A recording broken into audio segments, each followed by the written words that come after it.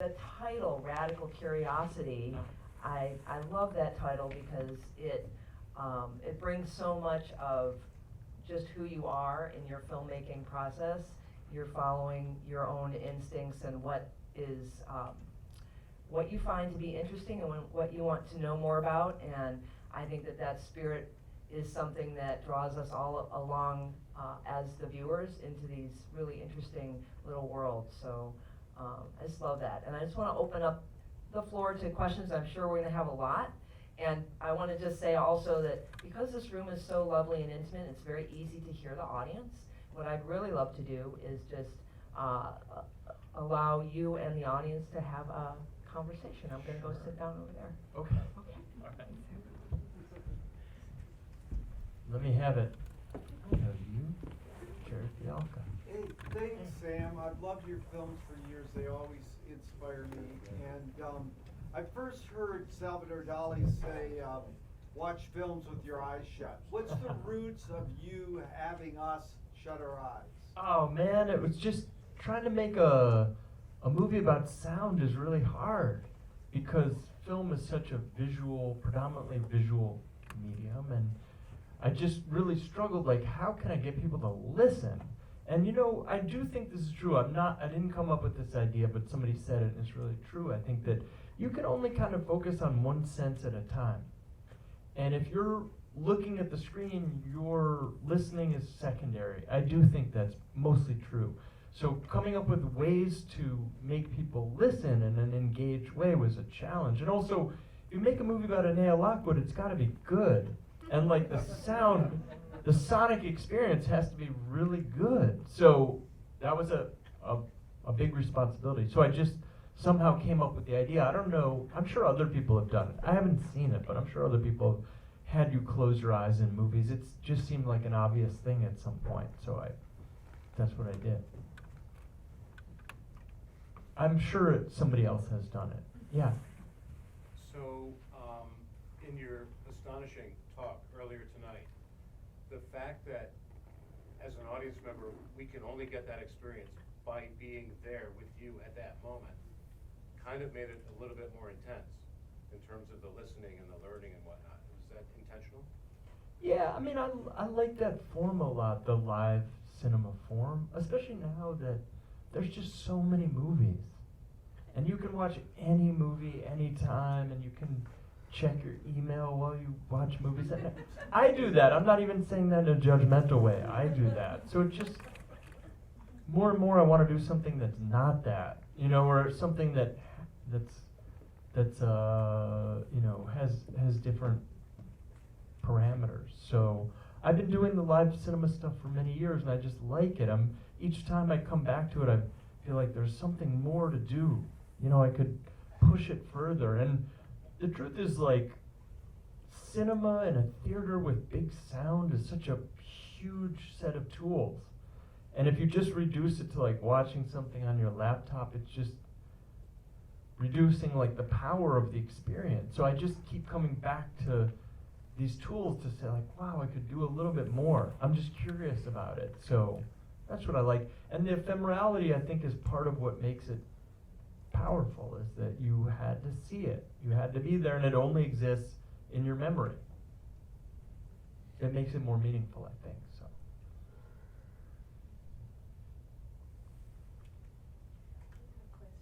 Yeah. In the credits this afternoon in your earlier Yeah. thing, I noticed that you mentioned something about a residency at Mass MoCA, Yeah. which is an extraordinary museum that's Love full that of place. warehouses Yeah. and relatively new. I'm wondering if you can talk a little bit about what that was, what Yeah. that was like. The question is, what was Mass MoCA in the credits? And Mass MoCA has a theater too, and they're really wonderful in that they have people come. You can come and work for maybe a week, and if you're putting together something that's like a live cinema piece, it's really hard to have the space to figure out like the lights and practice it and stuff like that. I mean, if you're editing a film, you can just do it at home, and you know, you can try a bunch of things. But if you're trying to do something in a space, it takes a space. And so they have this program where you can come and they have a theater, and you can sit there and work in it for a week or so. And so I've done that, and it's really wonderful, and it's a great resource, and they're lovely people there. So, yeah. Thank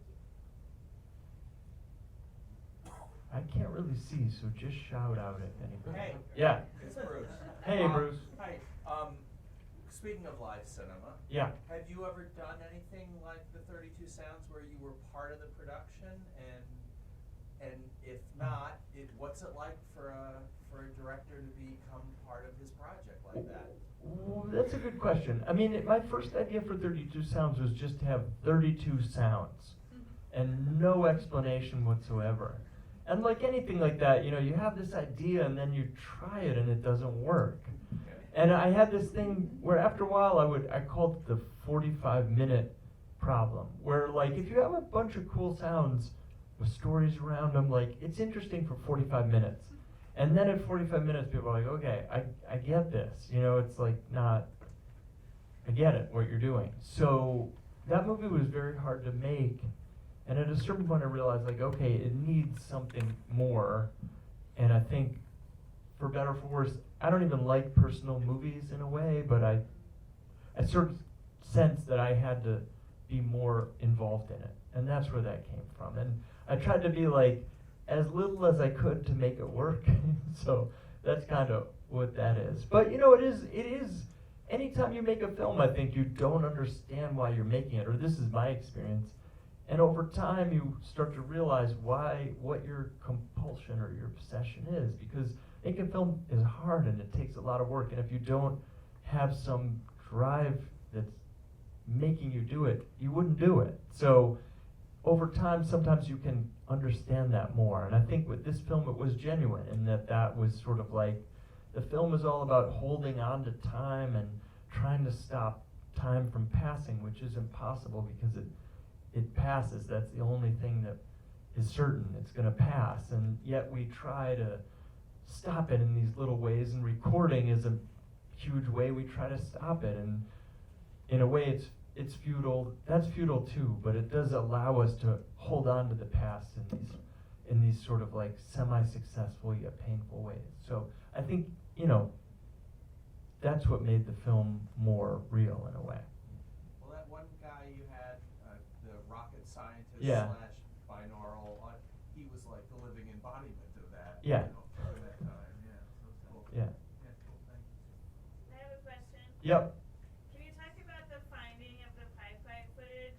Oh yeah, that was so I made this movie about the Weather Underground, and when I made that movie, it was I did photo. It's a little bit of a long story, but I'll make it short.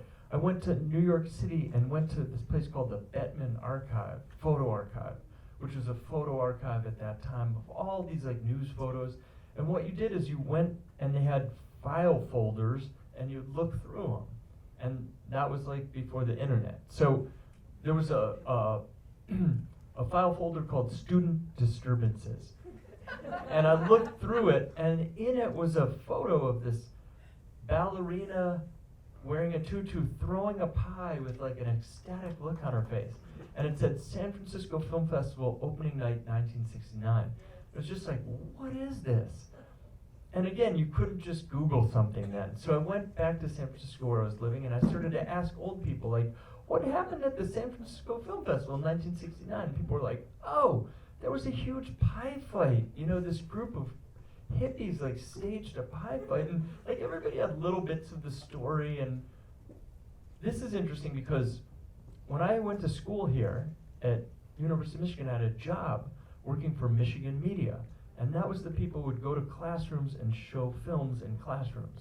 And it was 16mm films. And so you'd go into a classroom and show a movie, you know, because you had to set up the projector and stuff. And most of the movies were super boring.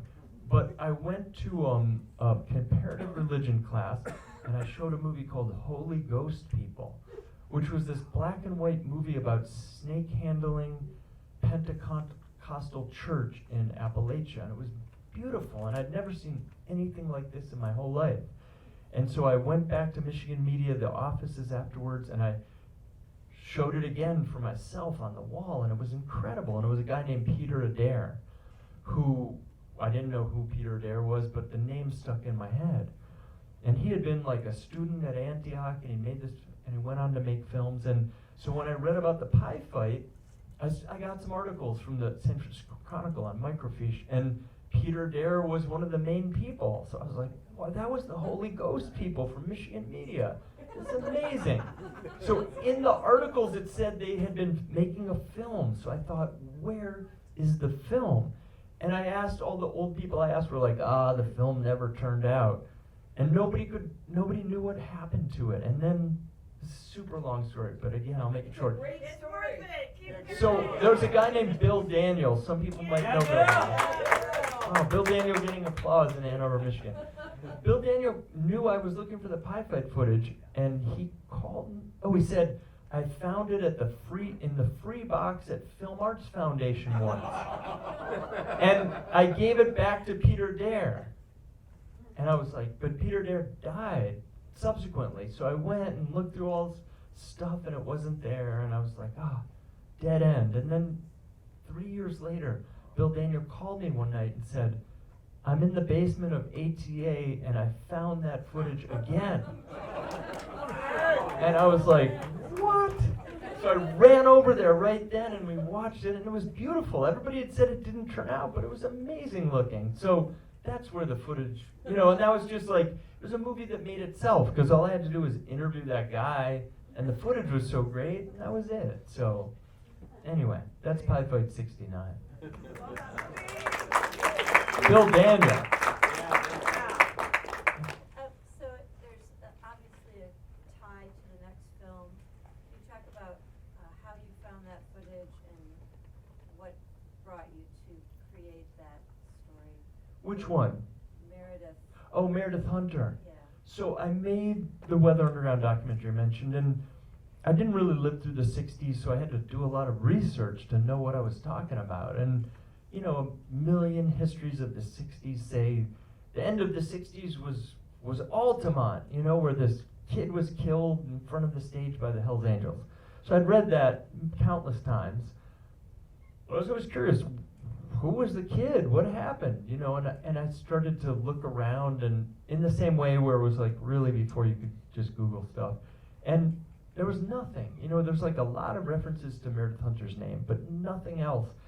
And I even went through all the microfiche and found articles, and all I could find was one reference to his where he was buried, his funeral, I guess.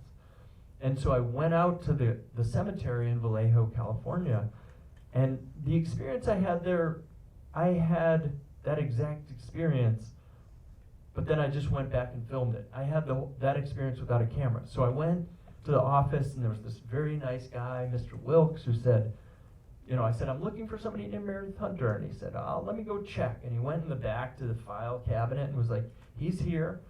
It's lot 63 Grave Street, but you'll never find it, so I'll walk with you over there.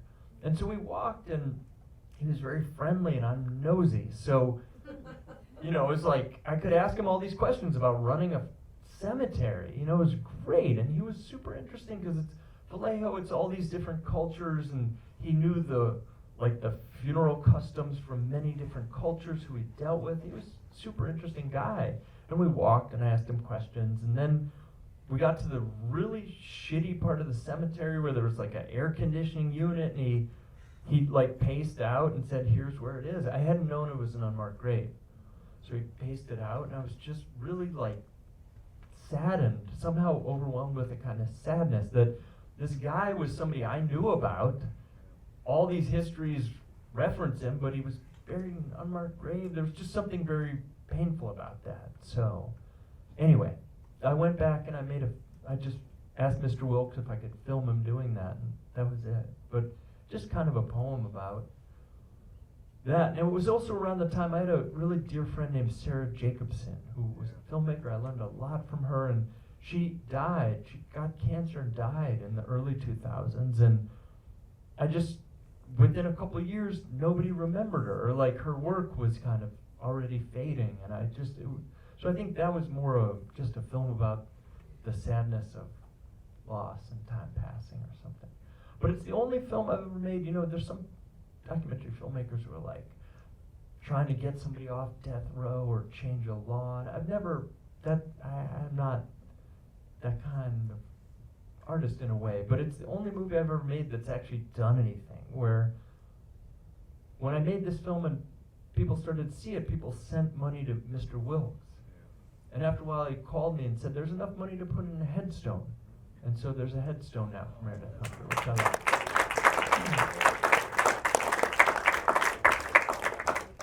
Yeah.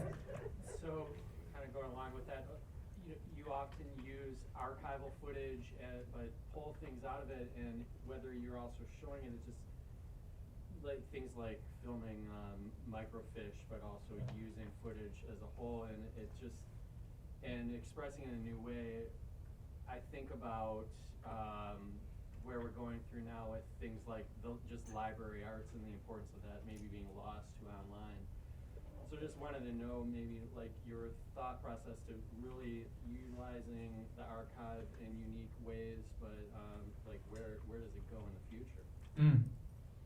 Well, I mean, it is I'm not a Luddite. I mean, there's so many things that are so wonderful about the internet. YouTube is one of the greatest inventions ever, I think, just as a cultural repository. If you want to learn about, like, Glenn Gould, for example, you could watch 45 interviews, you could learn so much and listen to music, and YouTube is great. I'm all for it. But, I mean, it does change our relationship to images and our relationship to preservation of images, so it's different, but I think it's different in good and bad ways, and, you know, that's change, and I'm fine with it. I mean, it's different. It used to be very hard to make an archival film, and now it's very easy, but, you know, there's other kinds of films, and I don't know. It's easier than microfilm on the eyes.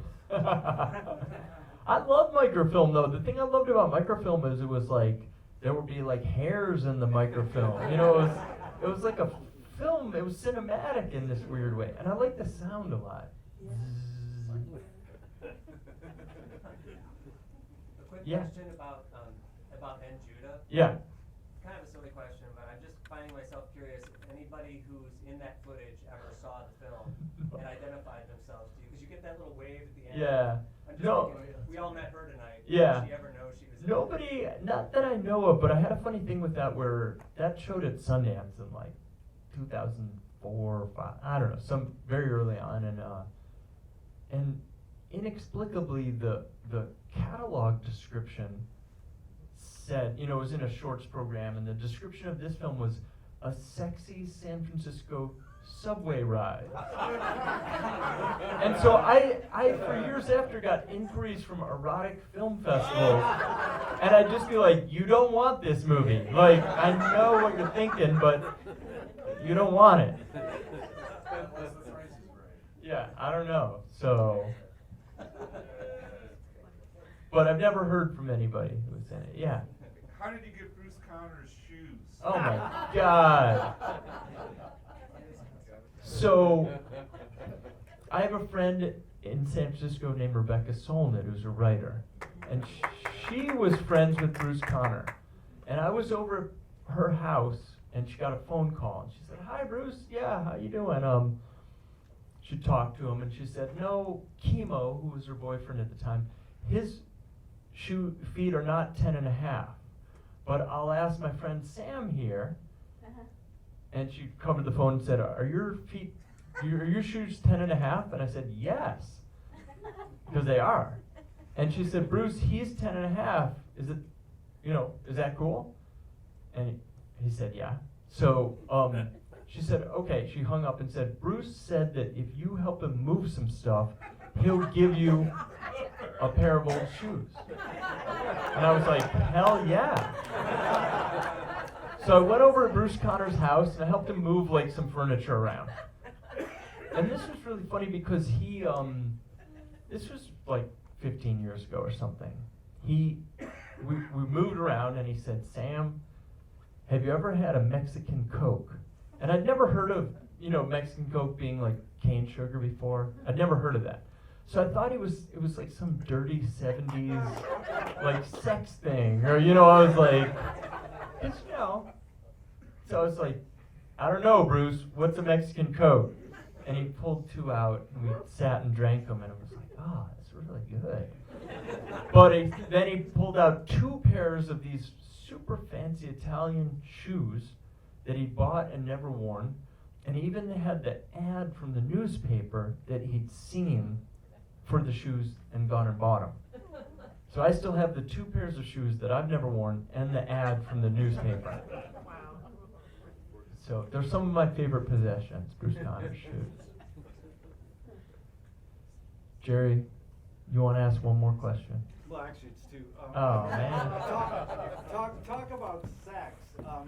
I was really disappointed that Louis Armstrong piece was in it. Oh, yeah. But you don't have to describe to the audience. They should hear it sometime. Close your eyes and hear the great piece you did. How has filmmaking shaped your behavior? Behavior? Wow. Jerry, you're so good with the questions. How has filmmaking shaped my behavior?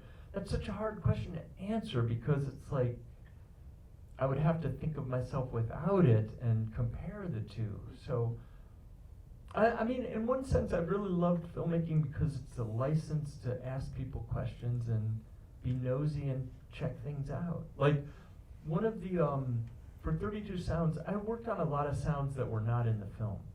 And one of them I had done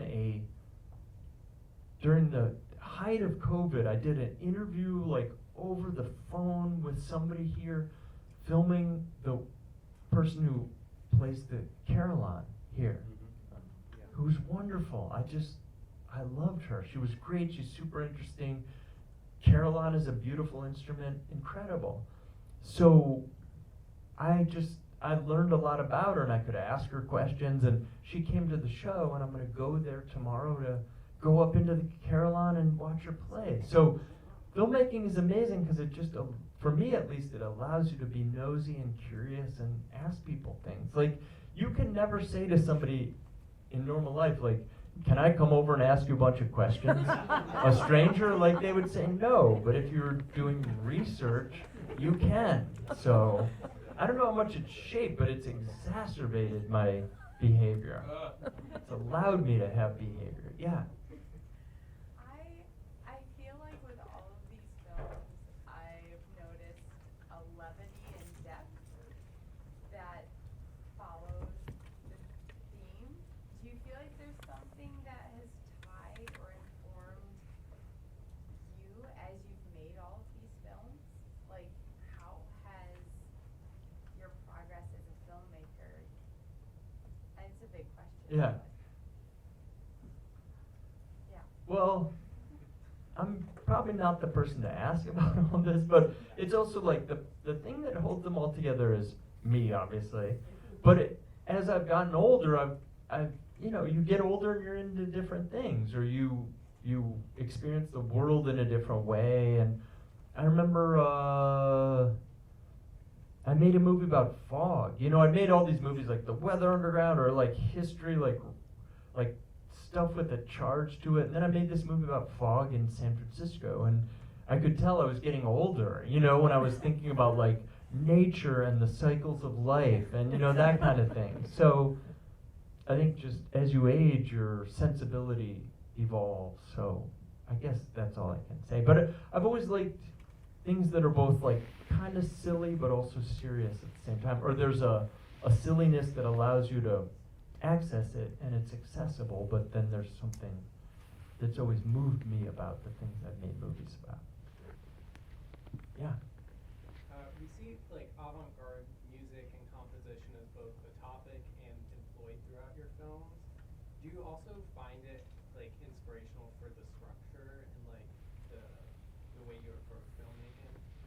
Yeah, I mean, I made a documentary about the Kronos Quartet, and that I had not known a lot about the kind of contemporary classical avant-garde world, but I learned a lot about it from that. And I was amazed at what a fantastic and vibrant and creative and awesome world it is. So I've really taken a ton of inspiration, and Anea Lockwood sort of comes out of that, or John Cage, or, you know, so I like that, and there's a lot of things that I am jealous of in the filmmaking world. You know, in the music world, people, are very serious, and there's a whole culture of it, and, you know, people even, like in the classical world of performers, you study with somebody who studied with somebody else. It's almost like this thing that's passed on, and composers are the same way. You know, you have studied with John Cage, was a protege of, you know, I can't remember who, but just, you know, so I like that. I wish the film world was more like that. So it's kind of like this parallel world that I've admired, I've taken a lot of inspiration from, and I am jealous of. Does that answer your question? Yeah. Okay. How was working with Yoga Penguin? Ah, they're great. They're kooks, and they're very funny, and I like them.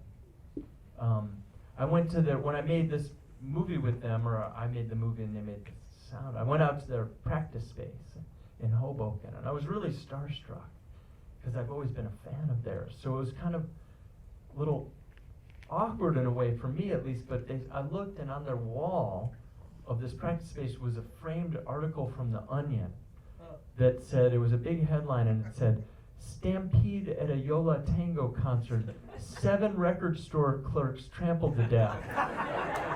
And I just love that they would put that up on the wall of their own practice space, and that kind of like relaxed everything. But I admire them a lot, because they've been making music for almost 40 years, and they still do whatever they want. They still make good music, and so many of their peers either got super famous and blew up, like the Lemonheads, or, you know, where are they now?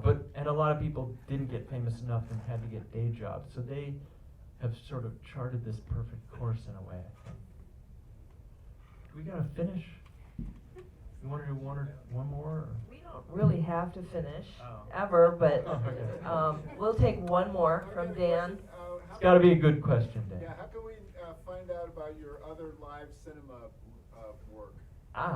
Well, I have a website. It's samgreen.to. That's Tonga. If your name is Sam Green, you can't get samgreen.com, .org, .biz, you know. All those were taken. So Tonga sells its domain names, and I got samgreen.to. All right. But anyway, you can check it out there. You know, I'm on the internet. It's there.